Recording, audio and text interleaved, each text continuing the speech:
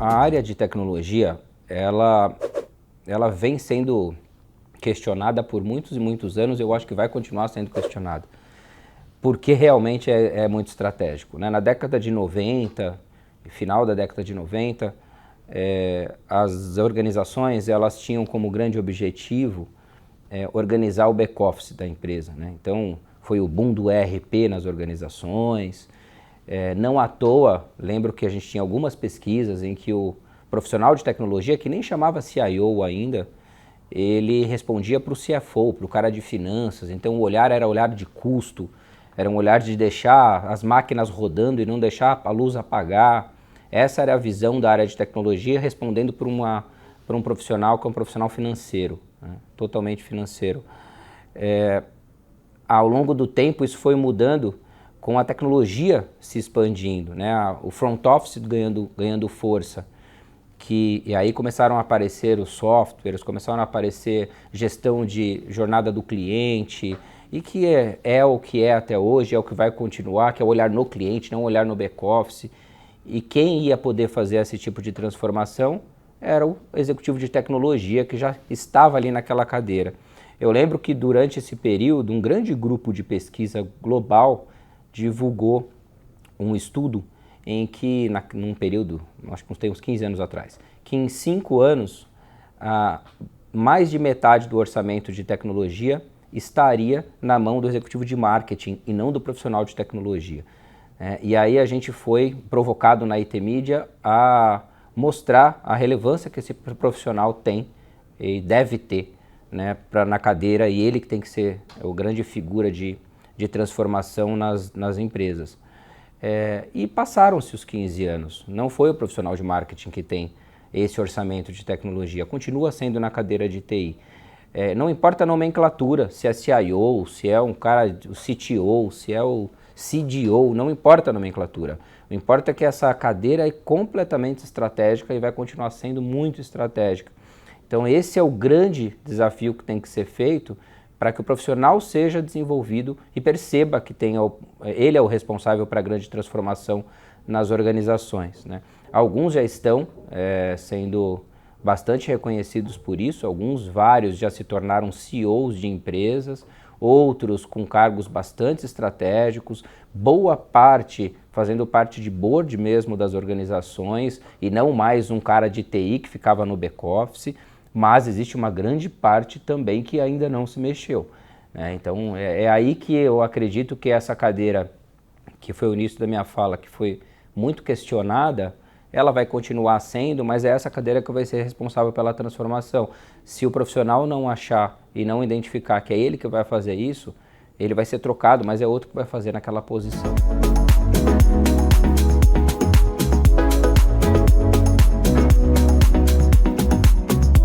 Eu falei agora há pouco sobre a era do back-office, né, nas organizações, a responsabilidade daquele profissional de deixar tudo ligado, tudo aceso. E aí ali naquela época também era a responsabilidade dele de deixar as máquinas funcionando, deixar os helpdesks em alertas, né, nas organizações, enfim. Eu acho que já é uma sequência disso mesmo. Com o papel e a relevância que esse profissional tem hoje e o que se espera dele, não tem nenhum motivo para que a gestão sobre ativos que depreciam tão rápido, as coisas que não é o core da organização, esteja na mão desse executivo, né? Então, algo que eu não vejo. Tem algumas determinadas tecnologias que temos percebido que algumas saíram como outsourcing, outras estão voltando, internalizando um pouco, mas o dia a dia da operação, o que não é core da organização, o que está demandando o tempo do profissional de tecnologia, que não seja voltado para a realização do negócio da companhia, não deve ficar na mão do profissional, tem que ficar na mão de quem entende. Então isso ganha produtividade, ganha melhoria em escala, ganha menos gestão de ativo que se deprecia rapidamente, ganha atendimento mais rápido, só vejo ganhos. Isso não só no mundo corporativo, como na nossa vida física mesmo, né? O quanto de assinatura que a gente tem na nossa vida todos os dias. Eu comecei assinando uma rede de streaming, hoje eu tenho umas 5, 6 e nem sei por que eu tenho as 5, 6. Pode ser que eu reduza um pouquinho, mas eu vou continuar assinando, eu não vou parar, eu vou adequar. Então eu vejo completamente necessário por todos os fatores que já foram provados, né? Desde redução de custo e o foco da área de TI para aquilo que é estratégico, específico para a empresa.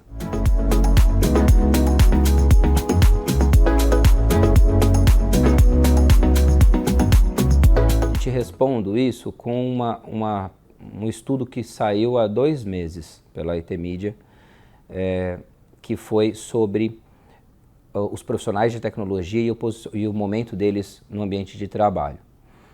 Nós fizemos um estudo com respondentes, foram 445 respondentes, CIOs das 1.000 maiores empresas brasileiras.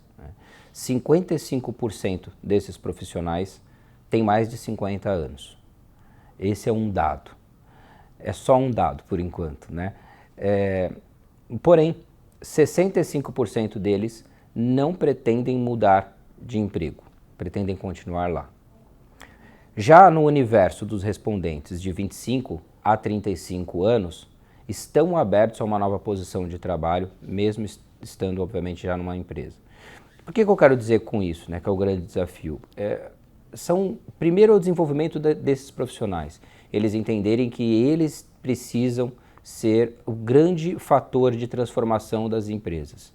E para isso tem alguns pontos importantes. O próprio autodesenvolvimento, né, o conhecimento constante, cadeia de relacionamento, mas também a necessidade de correr risco.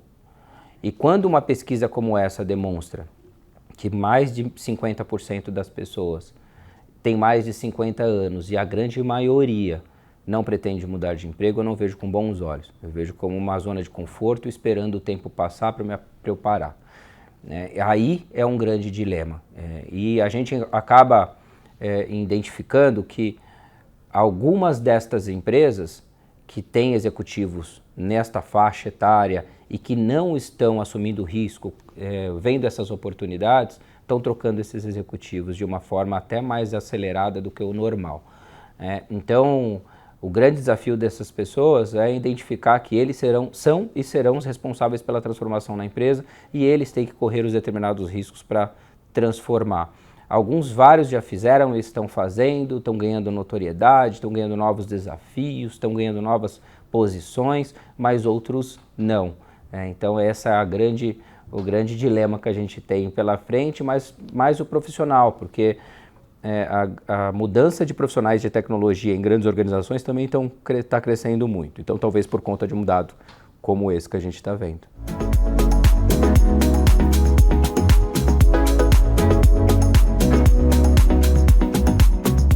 Eu tento ser um early adopter de tecnologia em tudo que acontece, tento ser, mas na prática não gosto de ser, porque você deu o exemplo de usar até a tecnologia para tudo. A caneta e o papel para mim ainda é fundamental. Eu não consigo, se eu não anotar no papel, por mais que eu passe depois para um computador, enfim. Então eu sou um grande... adoto muito a tecnologia rapidamente no meu dia a dia, mais até por impulsividade do que propriamente necessidade das coisas, né? Aliás, acho que não sou só eu, né? Porque a troca de celulares no Brasil é um negócio absurdo. Eu sou um desses também que acabo trocando, arrumando desculpa para trocar, porque você realmente não precisa trocar, né? Ele funciona e o recurso que a gente usa já funciona também. Mas não sou adepto em tudo. A leitura, por exemplo, de livro tem que ser, para mim, da forma analógica. O Kindle não funciona para mim, não consigo me adaptar. No computador também não. Mas eu acho que isso não para tudo em tecnologia não vai se tornar uma coisa única nunca, né? Desde quanto a era industrial, que quando ia se acabar com os empregos de todo mundo, chegou a indústria, enfim, claro que não, a gente se adapta a tudo e muitos segmentos continuam, muitos setores continuam. Quando chegou a televisão, o rádio ia acabar, o rádio aí é uma potência até hoje para comunicar. Quando veio a crise das revistas, as revistas e acabar, basicamente acabou, mas você transferiu um pouco da geração e leitura de conteúdo, consumo de conteúdo para uma outra plataforma. Eu acho que a gente tem que estar inteirado em adoção de tecnologia, sempre atualizado com a adoção de tecnologia, mas não precisa adquiri-la. Né? Se a gente está entrando agora nessa onda do metaverso, que é algo que eu sou um pouco cético da velocidade que estão querendo adotar para isso, mas é algo que a gente tem que estar sempre participando e entendendo, não necessariamente adquirindo, assim, eu colocando no ritmo do nosso dia a dia. A mais onda atual é o ChatGPT, né, que tornou aí a inteligência artificial um negócio acessível para todos, mas eu acho que também a gente vai chegar no momento que isso vai se adequar, vai entrar num ciclo de uso muito mais interessante do que o terror que é colocado sobre as novas tecnologias que vão chegando. Tudo que surgiu ao longo do tempo, se for utilizado para o bem, vai ter grandes ganhos para a gente, né? E por mais que elimine alguns empregos, algumas funções, algumas pessoas que estudaram alguma coisa, mas é assim que vai acontecer sempre. Isso é assim que foi quando surgiu o computador e acabou com a datilografia, é assim que vai ser com outras várias tecnologias que vai ter. Então eu sou mais um curioso na aquisição de TI, do que propriamente um grande, adotar grandemente uma TI até o fim nele. Eu sou um curioso mesmo para fuçar.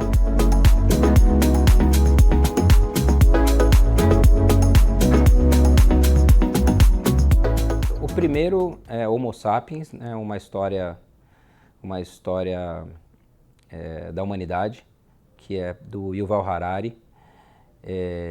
Ele conta, eu gosto muito de livros que tem como base a história para traçar o futuro, e esse livro me chocou muito, assim, o quanto que nós, seres humanos, a gente, desde do Homo Sapiens, a gente consegue transformar por conta de coisas que a gente acredita que às vezes nem é tangível, né? Seja uma religião, enfim, foram dezenas de coisas, né? E neste livro ele demonstra também um pouquinho do que pode ser o futuro da humanidade, né? Um dos caminhos que a gente pode seguir.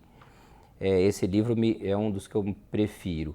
E depois, na sequência, o próprio Yuval, ele escreveu Homo Deus, que é uma história do amanhã, né? E aí fala um pouco do futuro, com base em toda essa lógica histórica da humanidade, o que nos espera para o futuro. Esses dois é incrível, que eu recomendo. Um outro, que é do Domenico de Masi, que chama O Futuro Chegou. O Domenico de Masi foi quem criou o conceito do ócio criativo, quem é profissional de marketing estudou muito, enfim. Ele é um sociólogo italiano e ele ficou muito próximo lá da IT Media há bastante tempo. E O Futuro Chegou é um livro muito interessante porque ele pega vários países do mundo, cada capítulo ele define com um país e estuda profundamente o futuro que aquela nação pode se tornar economicamente, por riquezas naturais ou por qualquer outro motivo. E ele dedica, que foi uma surpresa para mim, porque ele não havia comentado, mas ele dedica o último capítulo, que é o maior capítulo, ao Brasil. E justifica que o futuro que já chegou é o futuro do Brasil, por N motivos.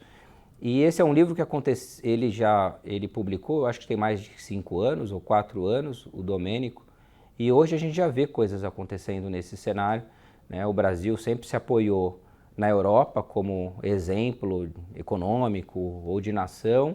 Nos últimos 50 anos se apoiou nos Estados Unidos e a gente está vendo uma grande crise acontecendo tanto na Europa, começando, né, como nos Estados Unidos, com inflação como raramente teve, e o Brasil tendo mais uma vez uma oportunidade de ser o grande disruptivo da economia no mundo e se tornar mais relevante do que principalmente nos setores que a gente tem. Então, fez mais sentido esse livro para mim quando eu lembrei, nesse momento, quando eu lembrei disso. E acho que tem mais um que vale falar, que é Pensando o Impensável, que é de um amigo professor, o Gil Giardelli. Ele é pequeno, é rapidinho esse livro. Ele fala um pouco do caos que a gente vive hoje, mas ele leva com um pensamento muito positivo sobre o futuro que a tecnologia vai nos levar, mas utilizar a tecnologia, utilizando o conceito da sociedade 5.0, utilizando a tecnologia em prol da humanidade, né? Não de um olhar do terror, de perder emprego, de mudanças, mas um olhar muito bom em todos os aspectos, sobre saúde, sobre oportunidades, enfim. Acho que são esses, assim, os 2 primeiros do Yuval Harari, sem dúvida nenhuma, mas esses 2 também são muito bons.